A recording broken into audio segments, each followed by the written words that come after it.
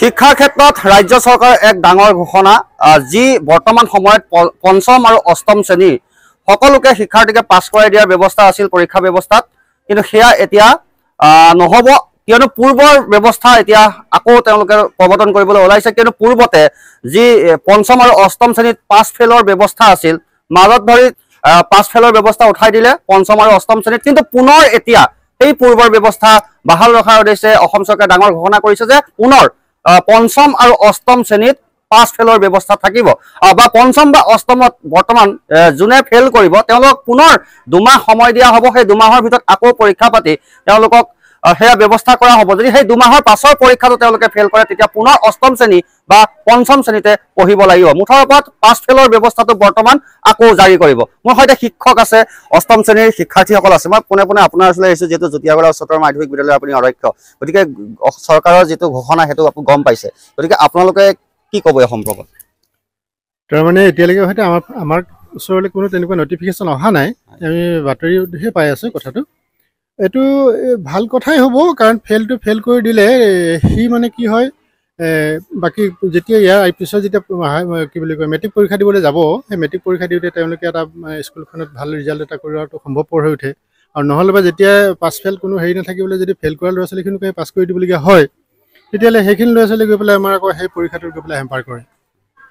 ৰিজাল্টটো বেয়া হয় গতিকে আল্টিমেটলি তেনেকুৱা অৱস্থাত আমাৰ কাৰণে মানে স্কুলখনৰ এটা বদনাম এটা হৈ যায় আৰু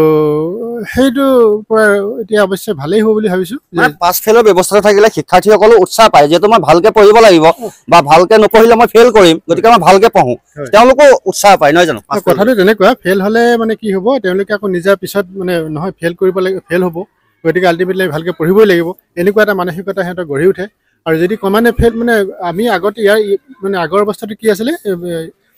6ৰ পৰা পাছ কৰি মানে কোনো কাৰণে আমি ল'ৰা ছোৱালী ৰাখিব পৰা নাছিলোঁ ফেল কৰিব পৰা নাছিলোঁ গতিকে সেইখিনি গৈ তেনেকৈ পাছ কৰাই দিব লাগে গৈ হাইস্কুললৈ গুচি যোৱাৰ পিছত আকৌ মেট্ৰিক পৰীক্ষা দিয়ে তাতো বেয়া হয় আকৌ ইয়াৰ পিছত আকৌ মানে হাই ছেকেণ্ডেৰী পৰীক্ষা দিব তাতো বেয়া হৈ যায়গৈ লাষ্টত গৈ পেলাই সেইবিলাক ল'ৰা ছোৱালী হেৰিটো বেয়া কৰি দিয়ে গতিকে আল্টিমেটলি ইয়াতে বেলেগ ইম্পেক্ট এটা পৰিছিলে নিগেটিভ ইম্পেক্ট এটা আছিলে হেৰিও কিন্তু এতিয়া যদি এনেকুৱা হয় ফেল কৰাই দিয়া অৱস্থাটো কৰা হয় তেতিয়াহ'লে আকৌ পুনৰ এটা ভাল হেৰি আহিব বুলি পৰিৱেশ আহিব বুলি মোৰ অনুভৱ হয় নিশ্চয় শিক্ষাৰ্থী আছে যেহেতু আপুনি অষ্টম শ্ৰেণীত পঢ়ি আছে গতিকে চৰকাৰৰ যিটো ঘোষণা ইতিমধ্যে গম পাইছেই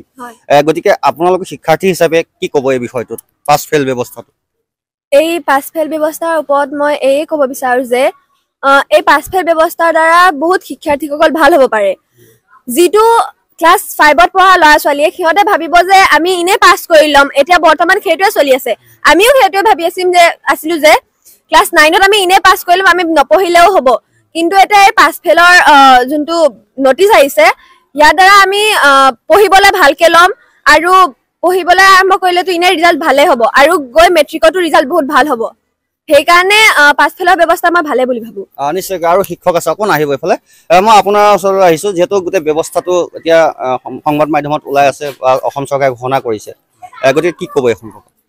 নাই অসম চৰকাৰে এটা ভাল সিদ্ধান্তই লৈছে বুলি ভাবিছোঁ ইয়াৰ ফলত শিক্ষাৰ যিটো গুণগত মান সেই গুণগত মানটো উন্নত হ'ব বুলি মই ভাবিছোঁ এতিয়া আগতে চাওক ক্লাছ 6ৰ পৰা বুলিবলৈ 100% পাছ পাৰ্চেণ্টেজ আপোনাৰ 6ৰ পৰা 7লৈ সকলো ছাত্ৰ ছাত্ৰী উত্তীৰ্ণ হৈ যায় কিন্তু সেই প্ৰভাৱটো ক'ত পৰে মেট্ৰিকত প্ৰভাৱ পৰে মেট্ৰিকত আপোনালোকে যদি অভাৰঅল চাবলৈ যায়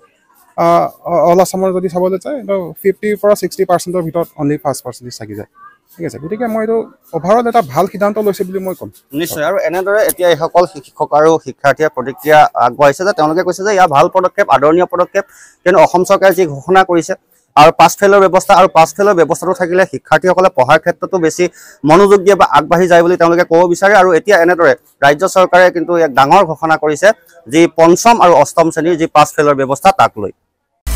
আপুনি বিচৰা বাতৰি পাব কেৱল নিউজ 18 এপত নিউজ 18 এপ ডাউনলোড কৰিবলৈ স্ক্যান কৰক এই QR কোড গুগল প্লে ষ্টৰতো পাব এই নিউজ 18 এপ